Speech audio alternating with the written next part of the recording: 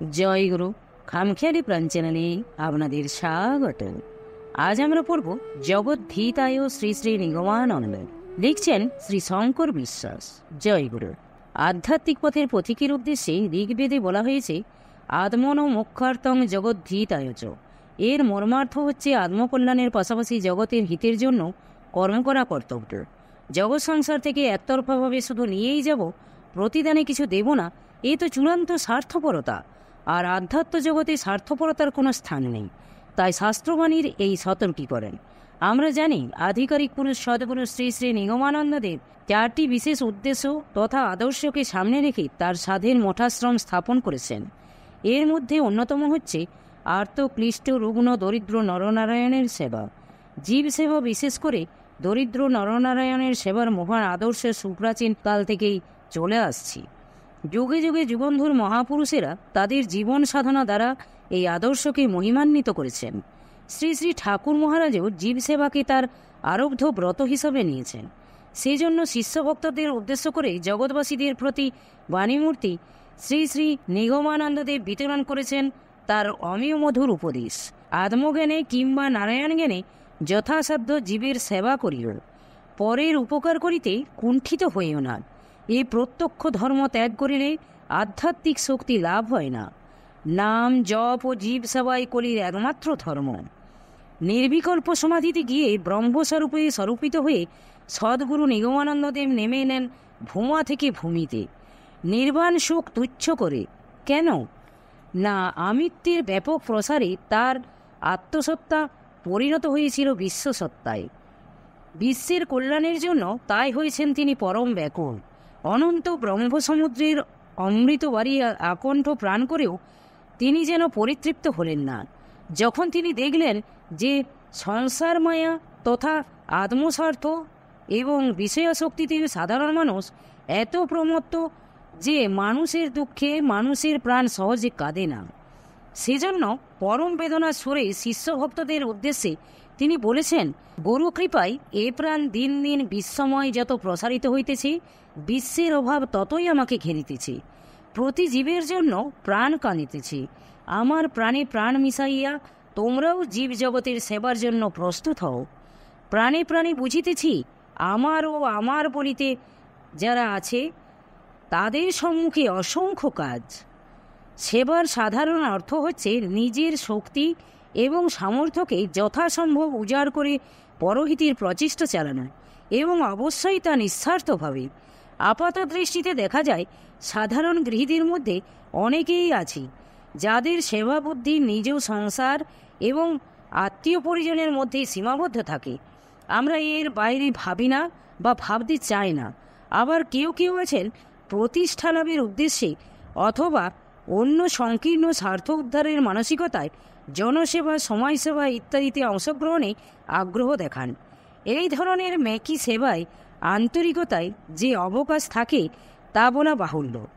তবে একথাও অনস্বীকার্য যে সমাজে এখনও কিছু আদর্শবান উদারচেতা মহানুভব মানুষ আছেন যারা স্ব সামর্থ্য অনুযায়ী নিঃস্বার্থভাবে পরহিতে কাজ করে চলেছেন।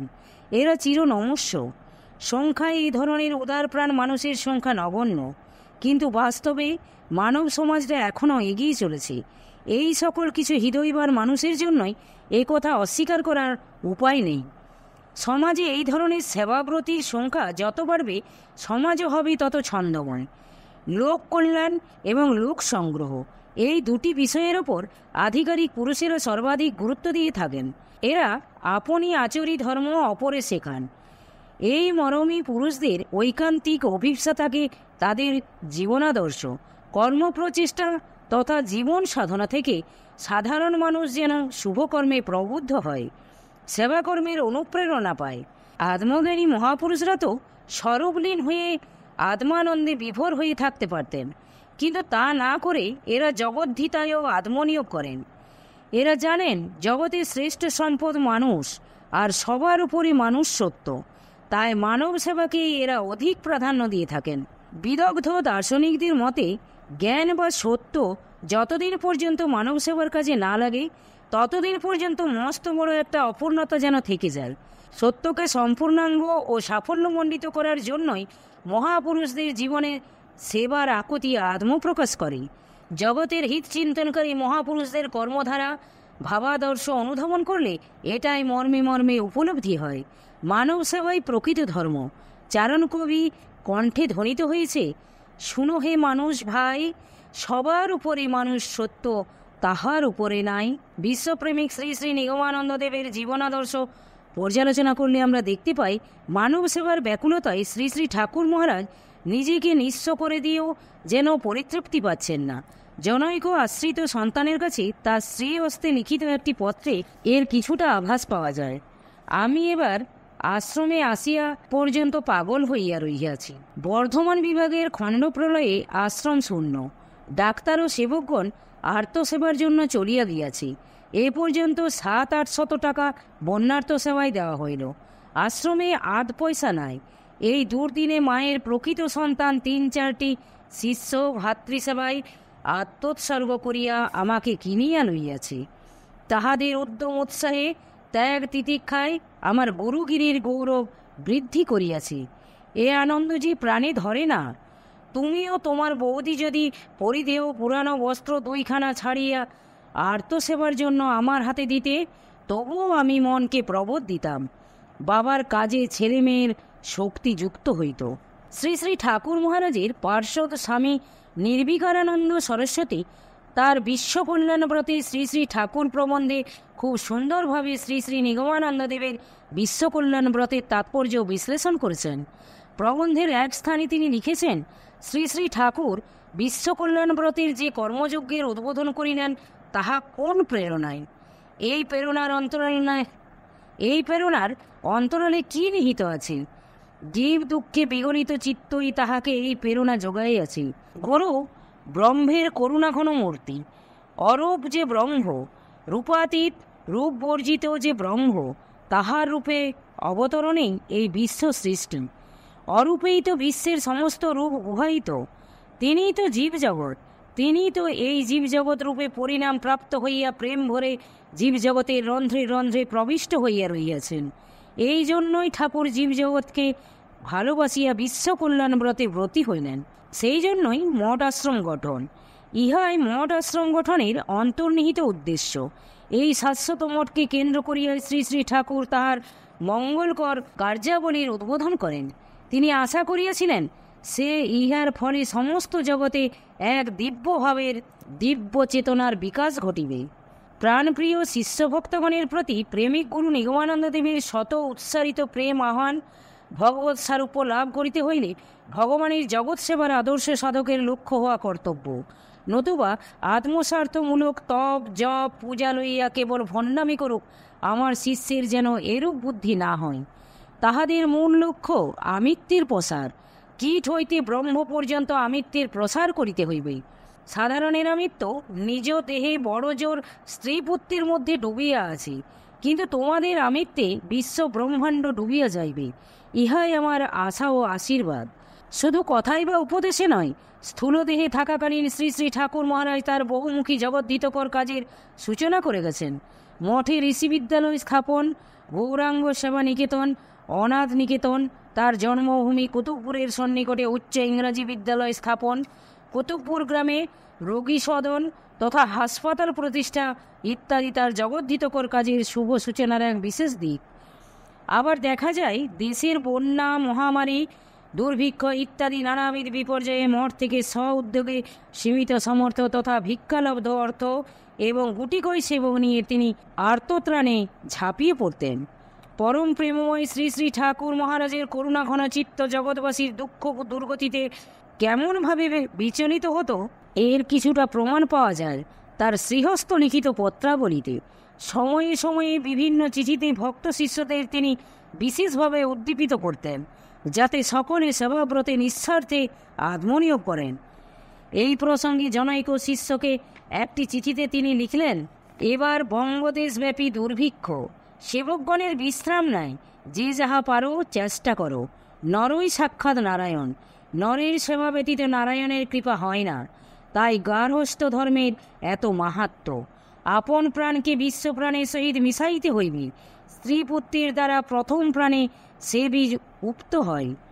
পরে বিশ্বের কীটপতঙ্গে সমপ্রাণতা আইসে, তখন ভগবান যাচিয়া দয়া করিয়া থাকেন, নতুবা মুখের প্রার্থনায় তাহার সিংহাসন টলে না। আশীর্বাদ করি তোমাদের প্রাণের দ্বার খুলিয়া যাক, আত্মসত্তা বিশ্বসত্তায় পরিণত হোক, তোমরা বিশ্বের মঙ্গলে বিশ্বের সেবায় আত্মহারা পাগলপাড়া হইয়া যাও। প্রাসঙ্গিক বিবেচনায় আরেকটি ঘটনার উল্লেখ আশা করি মন্দ হবে না। বগুড়ার জনৈক ভক্ত দুর্গাপূজা উপলক্ষে শ্রী শ্রী ঠাকুর মহারাজকে একটি কাপড় পাঠিয়েছিলেন, কিন্তু ইতিপূর্বে মেদিনীপুর জেলায় ব্যাপক দুর্ভিক্ষ দেখা দিয়েছে। সারস্বত মঠের পক্ষ থেকে সেখানকার কাথি অঞ্চলে ত্রাণ শিবির খোলা হয়েছে। তখন শ্রী শ্রী ঠাকুর মহারাজ মঠে অবস্থান করলেও তার মন পড়ে আছে সেই দুর্গতদের দুর্গতি মোচনের চিন্তায়। তাই ভক্ত কর্তৃক পুজো উপলক্ষে প্রেরিত নতুন কাপড় পেয়েও যেন তিনি সম্পূর্ণ প্রসন্ন হতে পারেননি। কিছুটা ভারাক্রান্ত মনেই ভক্তটিকে তিনি লিখলেন, বৎস, এবার বাংলার নরনারী ন্যাংটা, তাহাদের কাপড় পরার জন্য কাথি তোমার ভাইদের নিকট কিছু পাঠায় নাকি? তোমরা চেষ্টা করিলে বগুড়া শহর হইতে এক গাড়ি পুরাতন কাপড়ও সংগ্রহ করিতে পারিতে। আমি না বলিলে, উত্তেজিত না করিলে তোমরা কি আমার মন বুঝিয়া কোনো কার্য করিবে না? কার্য ব্যতীত পড়িয়া শুনিয়া কি বিশ্বের প্রাণে প্রাণ ঢালিয়া দেওয়া যায়? বৎস, জাগো, ওঠো, কাজে লাগিয়া যাও। শ্রী শ্রী ঠাকুর যে সেবা সহায়ে চিত্তশুদ্ধির কথা বলেছেন, এর তাৎপর্য বিশাল। জীব সেবারও মহাব্রত কিন্তু এরই অন্তর্গত। এটি চিত্তশুদ্ধির অন্যতম পরিপোষক, কারণ পরহিতে তথা বিশ্বহিতে অকপট আত্মনিয়োগ চিত্তের সংকীর্ণতা মলিনতা বিদূরিত হয়ে চিত্ত বিমল ও স্বচ্ছ হয়। তবে এই কথাও মনে রাখতে হবে, শ্রী শ্রী ঠাকুর মহারাজ বহির সেবার পাশাপাশি ব্রাহ্মণ্যভাবে জীব সেবার কথাও বলেছেন। অন্ন, বস্ত্র, অর্থ বা কায়িক শ্রম এই সমস্ত দিয়ে যে সেবা তা হচ্ছে বহির সেবা। কিন্তু সেটাই শেষ কথা নয়। সত্যদ্রষ্টা মহাপুরুষেরা জানেন, এই বহির্সেবায় জীবের অভাব সাময়িকভাবে মোচন করা যায় মাত্র।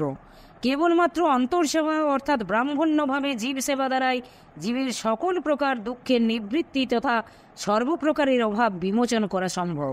যেভাবে ভগবান শ্রীকৃষ্ণ চোখের জলে সুদামাকে ব্রাহ্মণ্যভাবে সেবা করেছিলেন, পরাবিদ্যা অর্থাৎ আধ্যাত্মবিদ্যা দানই সেই ব্রাহ্মণ্যভাবে জীব সেবা। সেই মহান অভিপ্সাতেই শ্রী শ্রী ঠাকুর মহারাজ বহির্সেবা এবং অন্তর্সেবার যুগ্ম আদর্শ বর্তিকা প্রজ্বলন করে গেছেন। গৃহী সন্ন্যাসী সন্তানবৃন্দের সম্মিলনে সারস্বত মঠাশ্রম এবং সারস্বত সংঘ প্রতিষ্ঠার মাধ্যমে পথ তিনি দেখিয়েছেন, কিন্তু পথ চলার দায়িত্ব আমাদেরই। ঠাকুর চরণে তাই প্রার্থনা জানাই, শুদ্ধ ভক্তি দাও, বিশ্বাসী দৃঢ়তা, দূর করো গ্লানি যত, দূর করো হীনতা। শুভকর্ম পথে চলি যেন সকলে, লোভিতে পরমানন্দ, জয়তু নিগমানন্দ। জয় গুরু, জয় গুরু। আজ এই পর্যন্তই। যদি আপনাদের ভালো লেগে থাকে তাহলে চ্যানেলটিকে সাবস্ক্রাইব করে সাথে থাকবেন। জয় গুরু, জয় গুরু।